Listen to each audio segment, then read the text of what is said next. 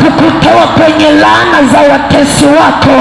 Mikono mingine haiwezi kukuokoa. Umeshikana mikono na watu mbalimbali, lakini bado hakuna matokeo mazuri, bado hakuna maendeleo, bado hakuna mafanikio.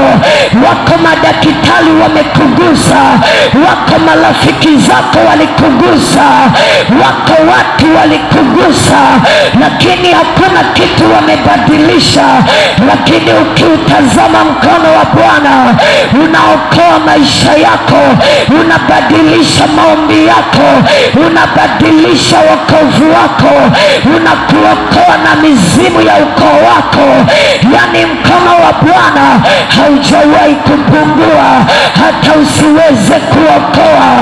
Wako watu hata wanapokwenda mbele za Bwana hawatazami mkono wa Bwana, kwa sababu wao ni watu fulani fulani, kwa sababu wao ni watu wana hela, lakini bado hawajaona mkono wa Bwana.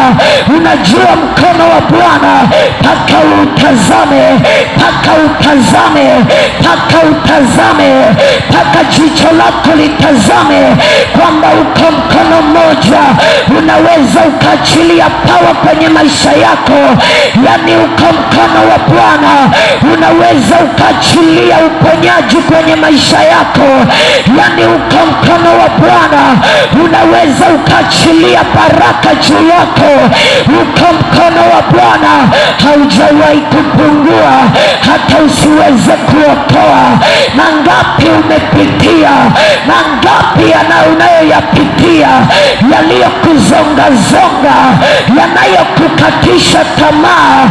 Yako mambo yawezi kwenda kwa sababu hujatazama mkono wa Bwana, kwa sababu unatazama akili zako, kwa sababu unatazama uwezo wako wa mwili, kwa sababu unatazama marafiki zako, kwa sababu unatazama duka lako, kwa sababu unatazama ulivyovaa, kwa sababu unatazama ulivyo na sifa, kwa sababu unatazama ulivyojulikana. Ndiyo maana kuna matatizo ya siri yameshindwa kuondoka, kwa sababu macho yako hayautazami ule mkono wa Bwana. Ule mkono wa Bwana unaweza kuokoa. Ule mkono wa Yesu unaweza kukutoa kwenye matatizo ya siri.